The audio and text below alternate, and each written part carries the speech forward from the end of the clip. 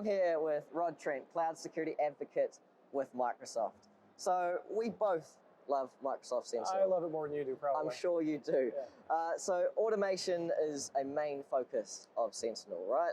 Absolutely. How are customers leveraging this, using this in a modern security operations center? So here's an important thing to highlight, I believe, about Microsoft Sentinel. We talked about this automated capability. I think it's important because this SOAR, or Security Orchestration, Automation, and Remediation, is actually something that's built into Microsoft Sentinel. There are other tools like Microsoft Sentinel that they integrate with third parties for automation. Sometimes they build their own. But from day one, automation was built into Microsoft Sentinel, and our customers have been able to take advantage of being able to automate things that they find that they're always doing more commonly. For example, say they identify a security threat or a potentially compromised account in the environment, or maybe some compromised host or PC, being able to provide automation to look at that in a certain way and identify that it absolutely is a compromised PC, and then being able to quarantine it from the rest of the environment automatically. Yep. Exactly. Right? And then, because nobody wants to do this in the dark, you don't want to wake up one day and all of your PCs are quarantined and nobody can log in. Yep. Also be alerted to it at the same time. So you're like, oh, we absolutely have a problem. So that automation not just has provided that capability to protect the rest of the environment, but also notified the security team so they can take a look at maybe potentially a bigger problem. Yeah, and you said a key thing there, day one. And I think using a product like Sentinel, you can get that day one value very, very quickly. Yeah, absolutely. New features are being rolled out all the time, new capability. Is there anything you can share with us that's being used by customers, a new capability that people are loving? So one of the things that I really enjoy myself, I do a lot of demos with this, even most recently. There are a number of our customers, and it's growing every day, that literally will not deploy anything unless it's part of a CI/CD or a DevOps pipeline. One of the things that we have built into Microsoft Sentinel is called repositories. It allows customers to be able to set up a GitHub or set up a DevOps board where they can store the content that they create within Microsoft Sentinel, analytics rules, workbooks, all the stuff that you create for your security environment.